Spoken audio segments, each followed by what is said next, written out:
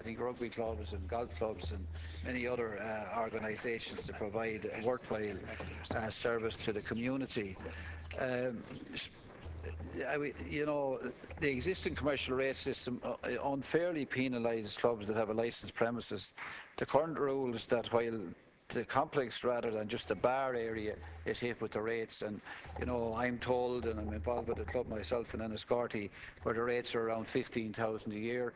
I'm told that in other parts of the country the rates could be up to 25, 30 and 40,000 to sporting clubs that have a bar licence, which creates a very unfair burden on clubs that are trying to provide facilities. The word sponsorship is, the sponsorship that used to be available in the boom times is no longer available to clubs now. Builders and other developers used to pour huge amounts of money into GA clubs in particular, and that has all dried up. And now organised clubs are trying to run lottos, run bingo, run other revenue issues to try and raise money to make sure that the clubs will survive into the future. The Minister talked about technical difficulties, and having been in a few departments when we were in government previously, I think officials always come up with the technical difficulties. But I have no doubt, Minister, that the AG and the senior officials in the department are well able to overcome the technical difficulties and provide a solution to this particular issue. Deputy Cowan has called for an amendment to the Valuation Bill 2012 that's currently in the Senate, and I think that seems to be the most appropriate place to deal with this in an urgent manner. The AG, as I said, and the senior officials well able to get over the difficulties and the other difficulties that the Minister outlined in his speech. He did mention that it would go to the Public Expenditure and Reform Committee, but how long will it remain in the committee? How long will it take for a decision to be taken? And I don't think clubs can wait much longer. I just look at my own club, which I've been involved with for many, many years and been chairman at different times over the years. They provide a facility for 30 teams from under 6 to senior in both men and women, camogie, ladies football, and all of the different requirements that are there. They also provide, it's at the heart of the community. We have bridge clubs, we have senior citizens clubs, we have art clubs, we have musical clubs, we have many other organisations, men's shed clubs, the Delightful Dollies Women's Club, and all of these are availing of the facilities in that club free of charge. There's no charge to all of the different organisations that are running the club, but it's becoming more and more expensive to run clubs such as that. And I think it's unfair that the rates would be based on all of the area rather than just the area that's serving the bar and lounge area. And we're not looking for unfair competition with other pubs. I think what we're saying is we want fairness, we want an equitable system, and we want clubs to be in a position that they're not having to pay huge amounts of money to local authorities every year in rates. So I would ask the government and the Minister on the far side to accept the bill this before the House, to move it on to the next stage. There's nothing sinister, nothing underhanded in the bill. It's a response to GAA clubs up and down the country and to other clubs as well that are seeking to have this change for many, many years. As some deputies pointed out, it probably should have happened at our time. It didn't happen. We are where we are at the present time. There's now an opportunity with the Valuation Bill in the Senate at the moment to make this amendment, to change as Deputy Cowan has called for, and I think you will find that if this happens that there will be full support on all sides of the House, but more importantly it will enable clubs that are struggling at the present time to pay the rates to survive into the future. And I know many clubs, including my own club, we're paying on a monthly basis to local authority, and in fairness to the local authorities, they're accepting it in that way, but it's still causing a major burden on clubs, and for that reason I think the bill is a worthwhile bill. It should be accepted by the government, and let's get on to the next stage, and let's try and get around the technical difficulties that the Minister talked about and have it included in the Valuation Bill that is currently before the Senate. Now call Deputy Helen McEntee. Thank you, Ken Corlia. I welcome the opportunity, obviously, to speak on this bill, and I welcome the bill itself, and I want to thank Deputy Cowan for bringing it forward. I think it's certainly needed, and it has been for some time now. I know, obviously, there are technical issues, and they've been addressed by the Minister, but I certainly agree with the objective of the bill. Sports clubs with a bar facility should only be liable for rates on the part of the premises that actually has the licence to sell alcoholic beverages. I mean, at the moment, for sports clubs to be paying rates on the entire premises, we're talking changing rooms, we're talking showers, we're talking kitchens, rooms where people use for meetings, or halls where kids play their soccer maybe on a Saturday morning. I think it's absolutely ridiculous.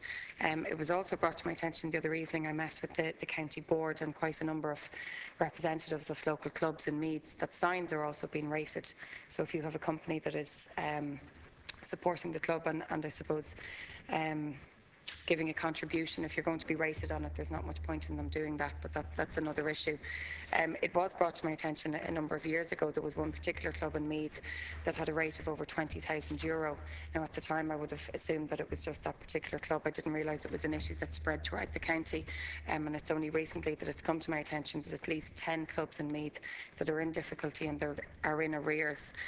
So obviously it's been going on for some time now, but I would agree there was a statement earlier in relation to it's only really coming to the forefront now, I suppose, because of the economic climate and the economic downturn. A lot of these clubs, or all of these clubs, are run on a voluntary basis. A lot of the manner in which they make their money is through fundraising, and I know we're all very generous in Ireland, and when we have nothing we still give something, but sometimes when you have nothing to give it's very hard to give any more. So obviously the fundraising is not taking in as much money as it usually would, and this is why we're only seeing the problem now.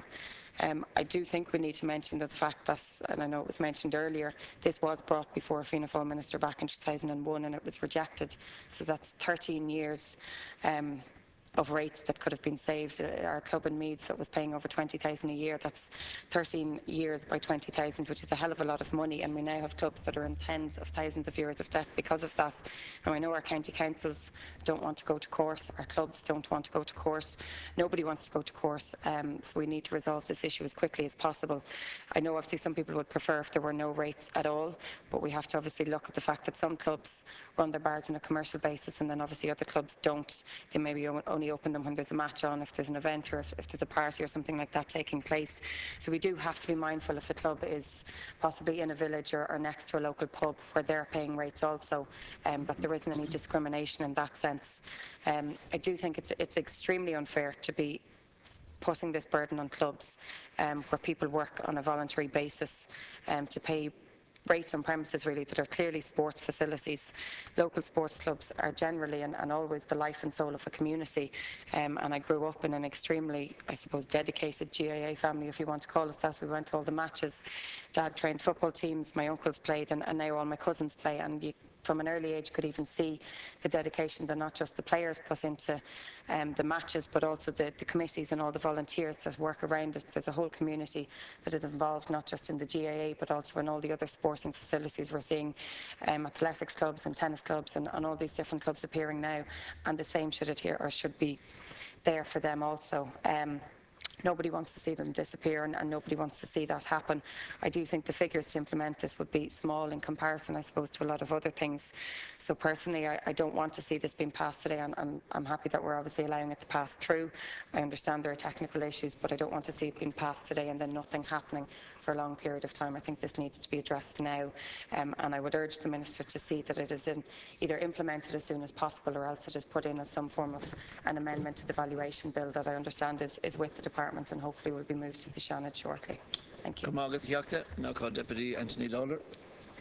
I actually like to thank Deputy Cowan for bringing this issue. I suppose a lot of us have been fighting this at local level through our clubs. I know at one stage I'm the secretary of my own rugby club, and this was an issue that kept coming up and up the whole time, and as has been highlighted by other speakers, whereby members working voluntarily to pay a tax on their premises. And while I actually do understand the fact that brother mine also runs a pub, the very nature of the two businesses needs to be classified properly.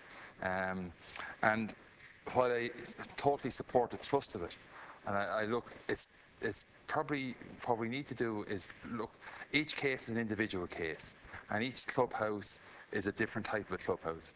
There are some clubhouses which the whole area is used as a function area. And there are some clubhouses which have part of their function area have to have the dressing rooms, the shower facilities, and maybe an indoor training area associated with it too as well. So it's very difficult to put legislation and regulation in place. And this is one of the things I'm going to suggest at the end as to what we might do. I suppose the sad part about it is that in 2001, as Deputy McEnley has alluded to earlier on, there was an opportunity for us to deal with it then. Your own party failed to deal with it at the time. I do welcome you bringing it forward here today, and as I said earlier on, a number of us have been bringing forward this issue either through the Croke Park and the Aviva with regard to the rates associated with that, and also within our own local communities. I would like to see, and maybe a direction given from the department with regard, maybe the Department of the Environment, with regard to local situations. And maybe the best way of dealing with this is possibly locally, where county managers can make decisions with regard to how they go about collecting rates on various premises. And I know in my own county, when the likes of Intel were refabricating their building, there was a derogation in the rates for them. And there's also places where places are occupied and there's rate charged on it, and when they're not occupied, there's no rates charged on it. That's allowable within the local remit. So maybe something like this could be done with those premises that would have, clubs in particular, would have a bar facility, but also a large function area which is multi-purpose. I mean by multi-purpose, that is used for indoor bowls or is used for training kids indoors, that it could be looked at that when it has been used as a function, that it pays a specific license for that, instead of having to pay rates on it. And that is something that can be done at a local level. And from that perspective, then it will, at least then, the commercial premises down the road, whether it's a pub or a hotel, can see that there's fair play being given. That when the club is using it as for a sporting or a community project, that there's no rates on it, but when it's been used, there's no charge on it, but when it's been used as a commercial, for a commercial purpose, that they pay some license fee towards that. That's one sort of suggestion. The other one is that I would implore all clubs to actively engage with local managers, local CEOs, county managers, and come to some sort of solution. To my mind, as I said earlier on, if a clubhouse has a bar and that's all that's in it, and the premises for training and togging out and showers is in a different building altogether, that should be, there should be no rates paid on that. It should be paid on things. And I think locally, if clubs engage with the local managers, county managers, some solution can be made to that. So while I support the thrust of the bill, I would find it very difficult to put something into legislation that could cover all situations on the ground, and that's why I would implore that maybe local authorities through the local council members have a much more say into how it could be done locally.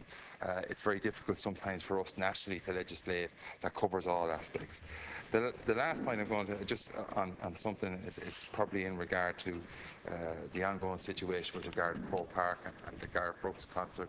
I myself have 2 tickets for one of the days that's been cancelled or that doesn't have a licence.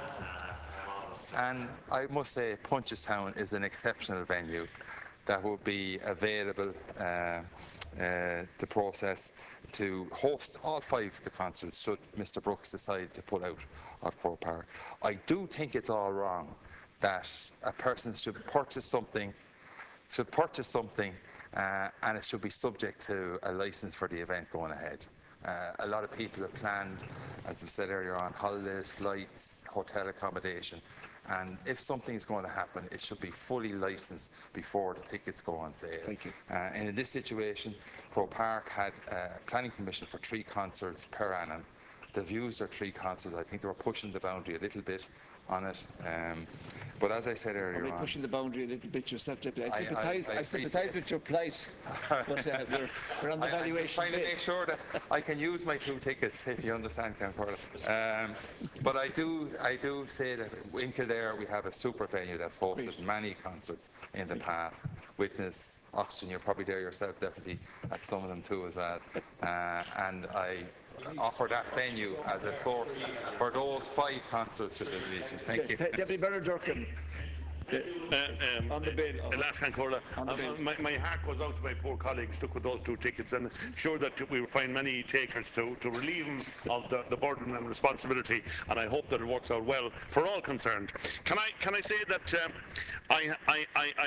again, like other speakers, I would be generally supportive of the principle behind this particular bill, but it's not as easy as it looks. In actual fact, it's far from being easy, because there are all kinds of issues that will emerge as time goes by. As we all know now, every bar in the country is under financial pressure. Every pub as such is under financial pressure, and they're all commercial, and they're competing with the voluntary sector, and the voluntary sector is under pressure as well. So there is a problem there. There's also the problem in the context of achieving constitutionality in any legislation that's introduced. For, on the one hand, if it is perceived that legislation introduced might disadvantage commercial premises by virtue of competition, unfair competition, so the Competition Act comes into play, European law comes into play, and a whole lot of other things. So it's not as simple as it looks. So while I would be very, very sympathetic to the various clubs throughout the country who are in financial difficulty at the present time, and who find themselves, because they happen to have a bar on the premises, find themselves rated for their entire premises for commercial rates purposes. And I think that maybe a means could be found whereby some concession could be given by virtue of the degree to which community facilities are met by that particular organisation, whatever that may be, and as a percentage of total use throughout the year. Now, the same can apply to the privately owned commercial premises, because many of the commercial premises also provide a certain amount of community facilities, in many cases free as well to the community. So I think that maybe in the interest of fairness, it might well be possible to examine the Valuation Act with a view to determining whether or not it's possible to amend that act in committee, which is possible at the present time, to the extent of meeting the requirements of the clubs and voluntary bodies throughout the country who do provide a valuable community service of a cultural and community nature that is supportive and part of the community and in the community, and keeping community spirit alive, which is a very important issue in the climate in which we live, because the degree to which people are prepared to give of their time and energy freely is something that everybody is presented with from time to time. And for those who do, recognition should be given to that fact. We also need to keep in mind, of course, the other kind of premises that I've referred to. You can have local hotels who have also in the business of providing facilities to the community at a concessionary rate, and sometimes free as well. So it's not as simple at all as it looks. I fully understand the motives behind it, the private member bill being brought forward by Deputy Cowan, and I know that he means well, but it is not by any means an easy issue to resolve, because no matter what you do, if you come down in favour of all the voluntary groups throughout the country, and that question has to be addressed, all of the voluntary groups, all the community-based groups throughout the country, you're going to make a fairly big slice in the revenue available to the local authorities. Take a big chunk out of that. If you don't include all local community groups as beneficiaries, then you have the unfairness of it.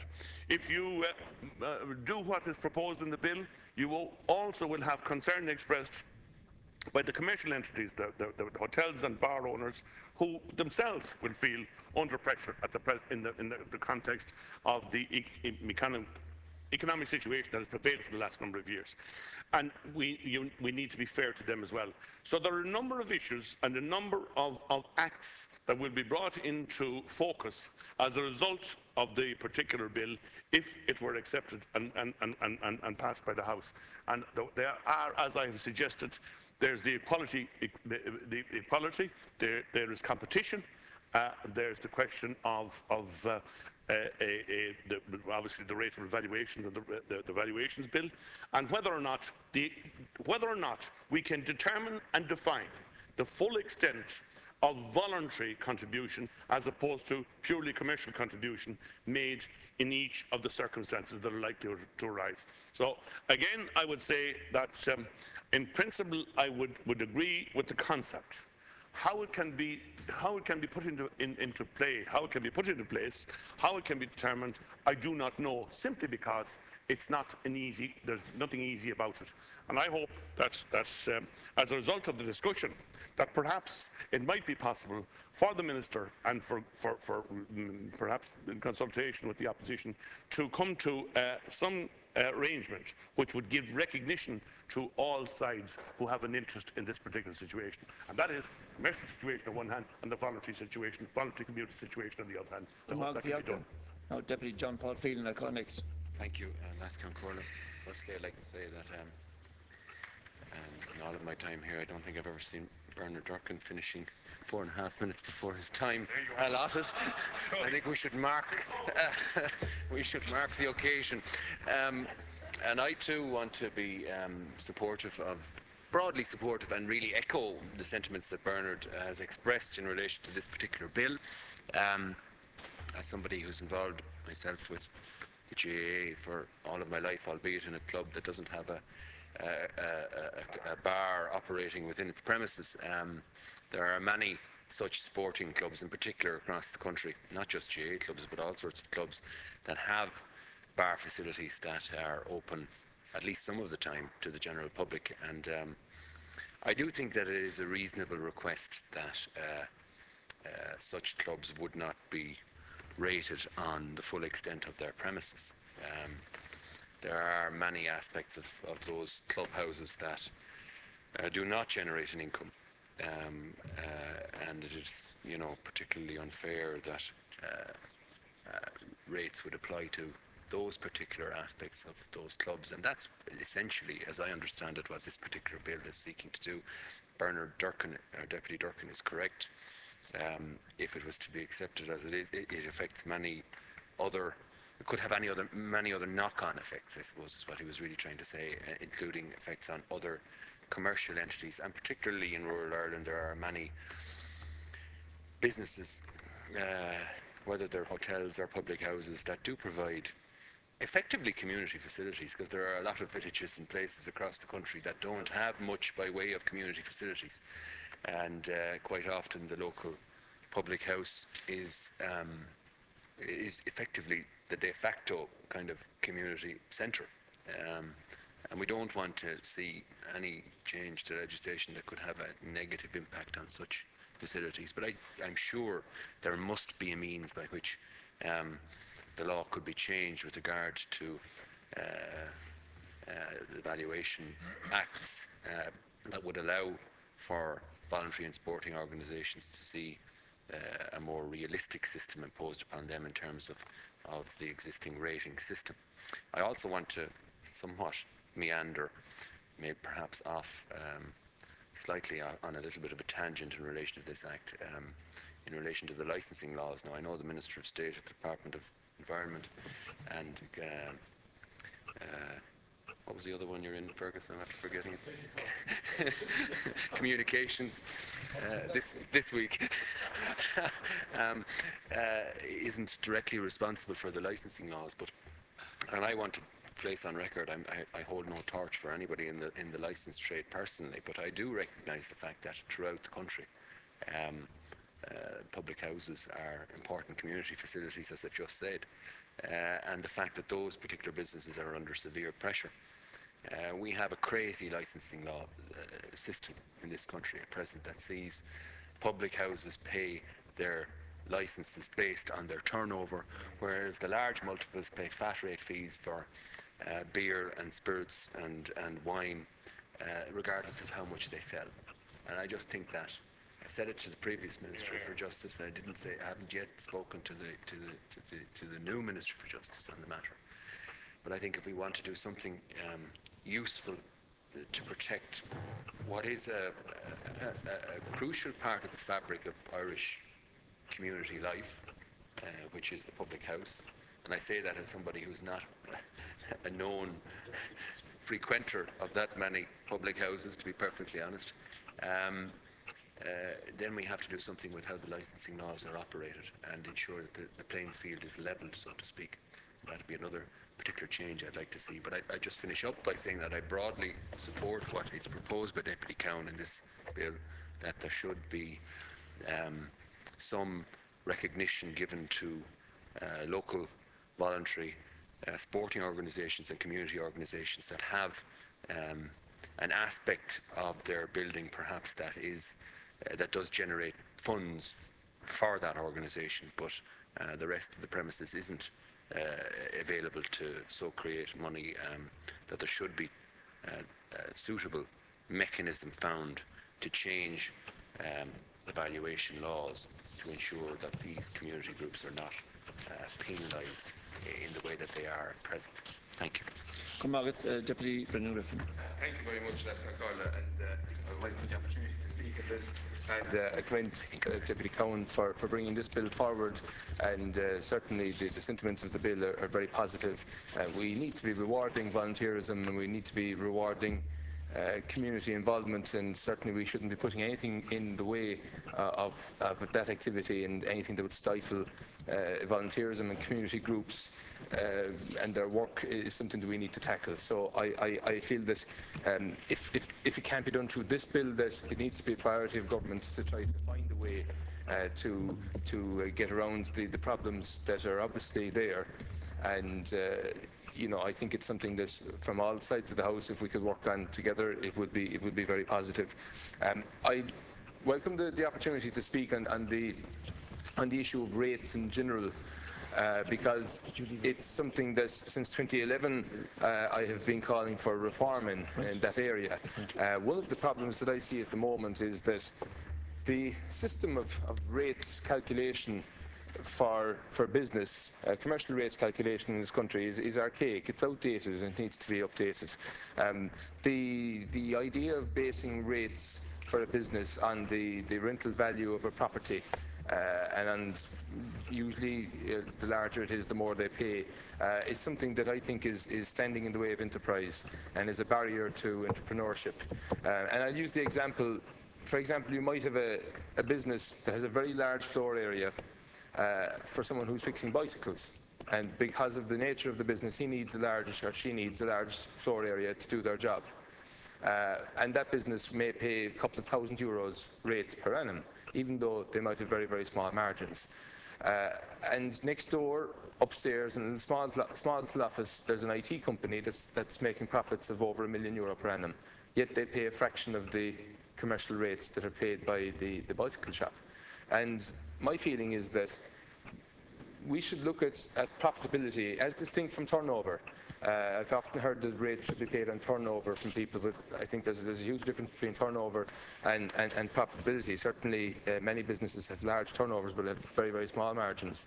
And we should look at that area, and that way those who can afford to pay more will pay more. And obviously we'd have to have a certain cap on the commercial rates that would be paid by a business. But I think it would be a fairer way of doing business. One of the things that I've noticed in the last number of years is that town centres are under enormous pressure, and certain town centres are dying. And there are very many commercial units in town centres that are just sitting empty. And can you imagine a person considering starting a business and doing their sums and doing their research and looking at what they'd have to pay, what the overheads would be in year one, and they look at commercial rates as being something that no matter how the business performs, that is something that's going to have to be paid. And it could be the difference between breaking even and making a loss, or being able to survive and not being able to survive. And there's no flexibility there in most cases. with most local authorities, particularly if there's an element of displacement there. So, that is something that is contributing, I feel, to many of our town centres actually dying and many of the units in our town centres remaining empty. And we need to be embracing policies and implementing policies that are pro-enterprise, policies that encourage people to start up business, to remain in business. And again, as I said, fairness needs to be at the heart of it. And I don't think that the system of commercial rate calculation that we have in general in this country at the moment is a fair system, because it punishes people for where they're located and for the size of the property that they need to carry out their business. And I don't think that's something that we should continue. And we need to look at a system that can replace that and base it on profitability. But again, of course, being cognizant of not undermining the income base. But I think there can be a formula struck if the proper research is done and if the proper homework is done on it. But in conclusion, Lascan Corla, again, I just want to commend Deputy Cowan. Look, this is something that surely common sense answer can be found to, and it's something that a bit of research and a bit of tweaking can make a meaningful difference for the clubs affected. There are clubs in every constituency, I'm sure, that are affected by this, and it's a small bit of help is what they're looking for. And I think it's something that the government really needs to seriously address. Thank you. Thank you, Deputy Griffin. Now, Deputy Harrington, Deputy Doyle are to speak, and just to say that the Minister has to be called at 11:45 and Deputy Cowan at 11:50. So I'll ask you to be as brief as possible. Yeah. Thank you, Lascan Corla. I'll be very brief. I just want to welcome Deputy Cowan's introduction of the bill, and to say I suppose it's born out of a huge frustration which many feel around the country, and I suppose the inflexibility and the hard regime that the rates legislation imposes on a lot of voluntary organisations, clubs and social structures. And as a member of a local authority for 12 or more years, there wasn't a week went by when there wasn't a debate about the imposition of rates and how they're dealt with in each of the areas. And I don't think there's a local authority in the country that had any different experience. The issue you would have, though, is how sports clubs would be pitted against each other, where some of the more affluent clubs that would have commercial activity going on really steal a march on those that don't. You have clubs then that are competing against businesses who do pay high rates within towns and villages, who see the commercial side of a GA club or other sports clubs as a potential and reasonable threat to their own business. And many people are quite willing to go to clubs for different social events and avoid going to the facilities that are commercial and paying rates within their villages and towns. I think it might be interesting to get the views of some of the sporting organisations, head offices such as the GAA, the FAI and the IRFU, on the imposition of the rates on their larger structures. They gave an interesting presentation some time ago to our Oireachtas members, and it's worth noting again how they were dealt with under the rates re-evaluation process. And one of the issues I would love to see happening as part of any future legislation, and it should happen as part of the restructuring of local government, is all rates decisions referring back to local authorities. And I'm not saying that you should have an exemption from one sector or another on rates. I think that's really not the way to go. I think there's a reasonable expectation on whether it's a community group or a business to be treated equally under the rates legislation, whether that's done nationally or locally. But I do think that if a local authority felt that they wanted to give some assistance to a particular sector, whether it's a sporting club or a community facility, whether it could be a childcare facility or whatever the case may be, I think rather than giving them exemptions, which essentially are behind the scenes arrangements under legislation, I prefer to see a situation where if a local authority and the members of a local authority decided that they wanted to give a sector, a community sector or a sporting sector or any other particular sector that they feel they wish to give support to, that they would do it by way of assistance in public, resolved through a local authority meeting in public, and let the members stand and back up or agree for or against those decisions, and let them also debate then the loss of revenue or the additional revenue that would accrue by those decisions within local authorities. And I think you would have a far more open process, but it's a bigger issue, and it's one that I think I feel much more strongly about. I fundamentally don't like the situation where rates and the valuation office dictate the rates infrastructure to our businesses and certainly our local authorities. It would be, in my view, Last Cloncorla, far more transparent, far more democratic, and I think for businesses far more predictable if each of the local authorities had 100% decision-making powers on how they impose rates, and let them fall where they will then in that regard. Thank you, Carl.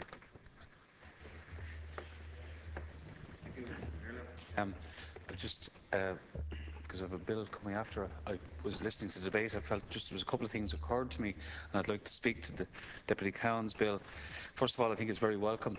It's opened up a discussion that needs to be had. I think it raises two fundamental issues, one on the valuation bill, on valuation legislation, and the other is on licensing legislation.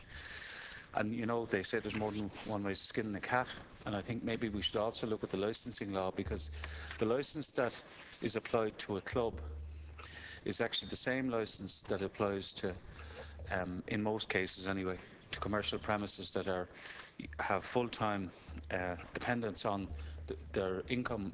Their income fully depends on that business.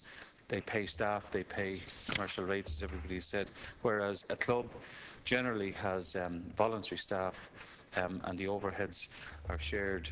And I note that this was a dilemma that the government of 2001 faced, and Minister Cullen at the time. And to be fair, I think he raised a valid point. So the only point, and I appreciate being allowed to speak on the bill, and I said I'd be brief. The one point I'd like to make is that perhaps we should look at licensing laws in general and see, is there a case where licenses are limited? They're not for profit, but they're not designed to be in competition with the local licensed premises, that maybe we could look at an alternative licence that would only allow so many. It's like extensions as they used to be in old days for pub licences. The court could grant so many extensions to a particular licence during the year for late opening, for festivals and events, etc. So perhaps there's something that could be looked at in licensing law instead of valuation law that would allow for that, and then you could look at the valuation law when it wouldn't be seen that granting a licence to a community sporting organisation could be used in time or over time to actually compete with local commercial premises. I'm aware of some clubs that had licences in their bars, or bar licences in their clubhouses, should I say, and they took them out. They removed them because they were losing the money for two reasons. One is, and this was some years ago, before we had the serious financial economic downturn that we experienced lately, that they actually had to give up the licence, because even with voluntary staff, the cost of the turnover wasn't justifying the extra cost on the premises, so they gave them up. And there has been occasions when local licensed premises have transferred their licence. I know there's some arrangements like that. But I think there's as much focus needs to be put on licensing legislation as well as valuation. But I think Deputy Cowan's bill has started something interesting. I don't think there's a member of the House who wouldn't be sympathetic towards the rationale behind it and the motives behind it. So I think we should look at it again. Maybe a committee of the houses here, either the Justice or the Environment Committee or a combined subcommittee or whatever, just to have a look at it. So again, thank Deputy Cowan and thank Cathaoirleach for the time. Thank you. Thank you, Deputy Dáil. Minister. I'd just like to thank again Deputy Cowan for putting this bill before the House. And I think it's a very useful debate that we've had here today on all sides, and the consent, the agreement in principle is very welcome. And I think this is one of the useful outcomes of having a debate, say on a Friday on an issue like this, and I think it's very welcome, and I look forward to the committee stage. I just want to say that on a personal level, I agree in principle that community organisations like the GA, like rugby clubs, like soccer clubs, like whatever they are, and having attended, lots and lots of matches over the years on a Sunday afternoon, and on a cold Sunday afternoon in particular, the comfort of a bar in a rugby club or a soccer club or whatever is very useful and helpful to the voluntary activity that is going on outside, and it's not commercial in the real sense, because a lot of these places are quite small, and they're just used during the actual game or shortly thereafter, and they're not commercial operations. And I think at the heart of this, of what people want, is to ensure that there's no financial extra penalty imposed on a club because they provide such a facility at such a time. Nor is there an expectation that whatever would go on in these clubs would in fact compete with the full-time service that a commercial operation would have and is entitled to have down the road, which would be, which is entirely different, and which is run as a commercial business. So I just think that the issues that have been raised here will be teased out at committee stage, and no doubt that a wise and a sensible and a fair result will be found. And I want to say that the government look forward to the committee stage, and as Minister Keogh has outlined, some of the difficulties that are there will hopefully be teased out in a practical and realistic manner to ensure that there's not an unfair burden put on clubs in the voluntary sector who provide a service which is never and is not designed to be, and never is in fact, a commercial operation in the true sense. Thank you, Minister. Deputy Conn. You have 10 minutes. Thank you very much. First of all, I want to acknowledge the government's commitment. I wouldn't say commitment, but acknowledge their support for the thrust of the bill, and to say that they would happily allow it go to committee stage for further discussion. However, listening to Deputy Keogh, he proceeded to tell us then that, based on the advice from his officials, that what was contained within the bill cannot be done. And more to the point, I'd say, won't be done. And it reminded me of some of the commentary that I'm hearing outside for the last number of weeks in response to the local and European elections, that the government, many members of the government, say that the communication system is broken down and their message is not getting across. I agree that there's an issue with the communication system, but I think the ability to receive communications, to receive the message, and to listen to the opposition, and indeed listen to some of their own backbenchers, that's the problem. And were they to take more note or have more regard to those avenues of communication, there might be more success awaiting them. And I think they need to be mindful that the issue in relation to the medical card was flagged 2 years before a solution was proposed. And it wasn't only coming from our side of the House that you were being reminded of the difficulties that had ensued the so-called review and scoping exercise that was initiated together by the Minister for Finance and the Minister for Health. There's collective responsibility for everybody concerned, rather than the finger being pointed at one person in particular who might be the fall guy come next week. But that's for another day. So then to respond to some of the specific points made by Minister Keogh in his response, he said that because of the Registration of Clubs Act 1904, it was very difficult, according to his officials, I assume, to subdivide various clubs with regard to what might be contained within the facilities that they have.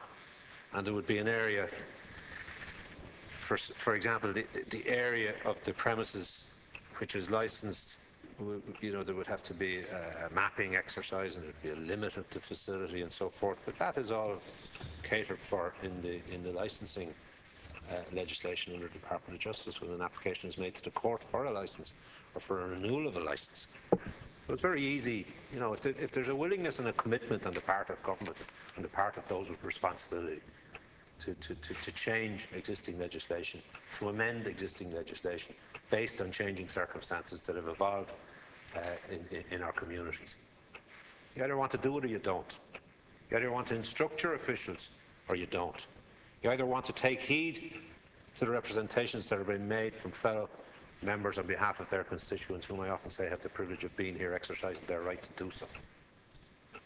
But to hide behind legislation, to hide behind, I heard other deputies, Deputy Durkin in his limited contribution, which is, as Deputy Phelan said, is all too often not the case, said that we have to come to some sort of solution. But you have to be careful in providing a solution that you don't offend this one or that one.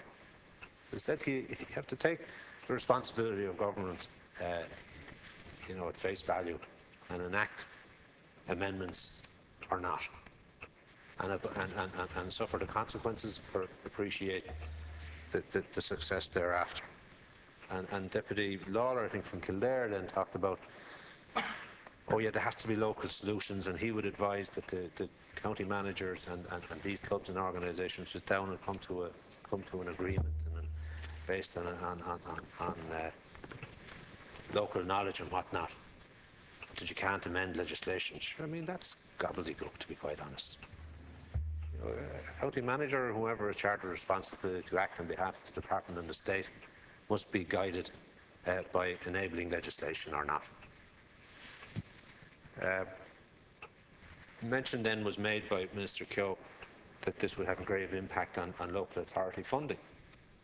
Well, many deputies have alluded to the problems that exist in relation to the rate system as we know it. And we all accept and acknowledge it's archaic, and it's up for a different time and a different era, and it needs to be overhauled radically and completely, and be cognizant, as Deputy Griffin said, of the difficulties that exist in many towns and villages, and the lack of vibrancy in the heart of those towns at present, and the role the problem with rates is playing in that area. That has to be addressed. Of course, it has to be addressed.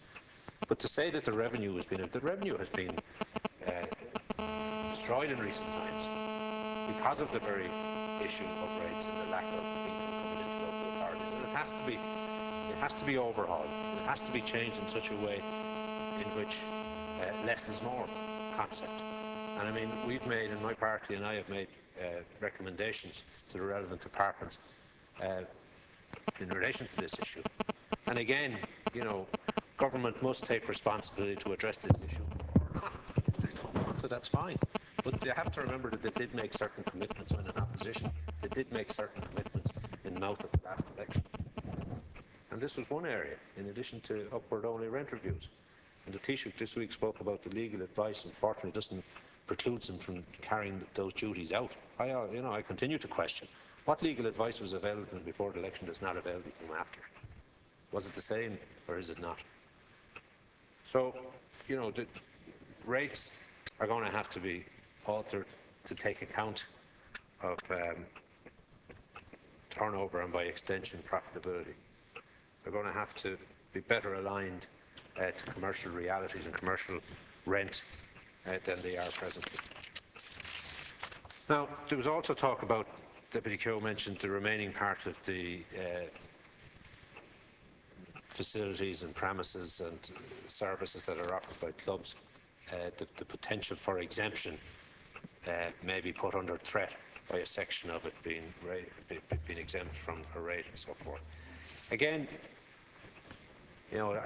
I can't comprehend and understand what the point he's making there is. If you address the issue in the first part of the amendment, it automatically caters for it in the latter part. So, as I said to you, it's back to, if there's a will, there's a way.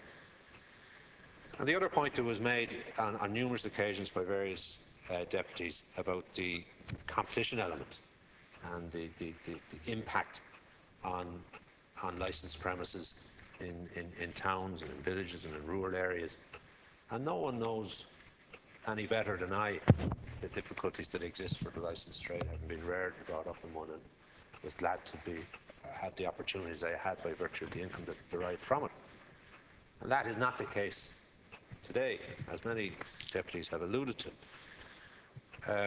But this can be done while insulating local pubs from any impact on their trade. It's not about poaching business. It's about freeing up local sports clubs.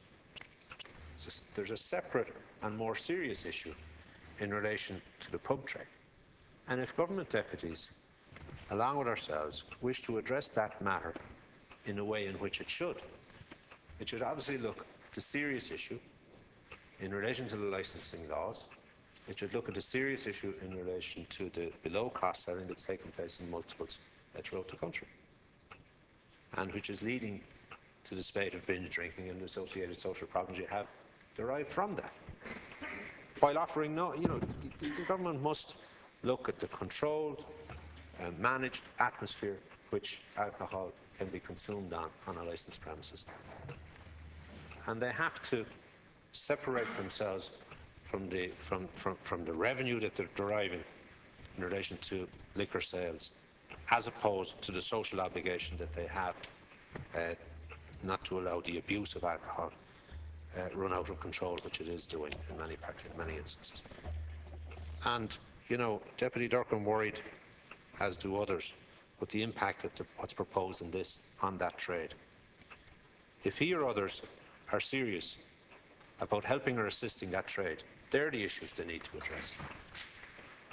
But as regards clubs and sporting organisations which have licensed premises attached to their facilities, it is mainly in large urban centres. It is mainly in the last 20 years that these have sprung up. But the legislation that was enacted in 1904 with regard to the registration of clubs never envisaged that those same clubs would be that they could be as vibrant, as important, as commercially, from a commercial perspective, in order to provide the services, the facilities to their communities that is needed. And that's the point. And, to hide behind that act is an abdication of responsibility. You've heard deputies from Meath and Kildare and surrounding areas in Dublin and in Cork and many others talk about the support or the thrust for this legislation. If you really support it and support the thrust of it, you need to insist on your members of government coming forward or possessing a will to change. And I don't, and I take with a pinch of salt the cheap jibes about the legislation in 2001 and the failure of the previous government. I don't carry a candle for any governments, for any previous governments, 10, 15, 20, 30 years ago. I don't carry a candle for those that were, had the wherewithal to bring in the 1904 Act. But I think, we all have a responsibility to be cognizant of the changing situation that exists in our communities. And I think, I would ask, and I said it in the context of my initial statement, that this bill not be put on the shelves, that we bring it to committee, inform the House when it goes to committee, but more importantly, I would ask the Minister with responsibility in this area to engage with his officials with a will to make the changes in the existing Act and amend them to accommodate the thrust of this proposal. Thank you. Thank you, Deputy Cowan. I must now put the question that the bill be now read a second time. Is that agreed? Agreed. The question is carried. As this is a private member's bill, it must be under Standing Orders 82A and 118 be referred to a select or special committee. The relevant committee for the bill is the Select Subcommittee on Public Expenditure and Reform. Does the Deputy wish to move the motion or referral now? Sorry, Mr. Yes, indeed. Okay, we will now proceed. To second stage of electoral amendment, Hours of Polling Bill 2013. Deputy Doyle, that the bill be now read a second time. Deputy Doyle, you have 15 minutes. Okay. Thank you, Cathaoirleach. And I'd like to thank the Whip's office for scheduling this piece of draft legislation, or this legislation, into the House. The bill legislation entitled the 2013 Electoral Amendment Hours of Polling Bill, which I'm introducing today, is to set down in statute fixed hours for voting for all elections and referenda at polling stations between the hours of 7 a.m. and 10 p.m. given the fact that the desire for political reform has never been more in demand, and by virtue of the fact that we have Friday sittings, which allows legislation such as the one just finished, introduced by Deputy Cowan, and this one and others, I think I decided to avail of the opportunity to take what is an initial step in clarifying some initial aspects of Irish electoral law. An act to set voting hours for Dáil Éireann elections, Dáil by-elections, presidential elections, European Parliament elections, local government elections and referenda as being 7 a.m. to 10 p.m. and for that purpose to amend the Electoral Act of 1992, Presidential Act 1993, Reform Act 1994, European Parliament Elections Act 1997 and the Local Government Act of 2001, and to provide for related matters. Under the current law, the Minister for the Environment, Community and Local Government sets the hours of polling at elections and referenda within the parameters which are set down, i.e. that they must be for at least a minimum of 12 hours. The existing law requires that voting shall be conducted between the hours of 7 a.m. and 10:30 p.m. for that period of 12 hours. Increasing and maintaining consistent voting hours has a positive influence on a sizable section of the community, of the electorate, that are sometimes described as circumstantial abstainers. They've been estimated to make up 2 out of every 3 non-voters. 15 hours of polling, a recently established trend in most cases, would certainly have a positive impact on the level of turnout amongst this section of the population, and more particularly in commuter counties. Voter participation in all aspects of the democratic process is important. It's important for democracy, and I've seen on occasions when people are inadvertently or wrongly struck off the electoral register and they turn up to vote, or they turn up sometimes when they've been moved from voting stations and there isn't enough time, or the hours are curtailed, that how upset they get, and rightly so. So it's, in my opinion, increasing and maintaining the voting hours will have a positive influence on the electorate on polling days. Under current law, as I said, the Minister sets out the hours and at his or her discretion, subject to the electoral law.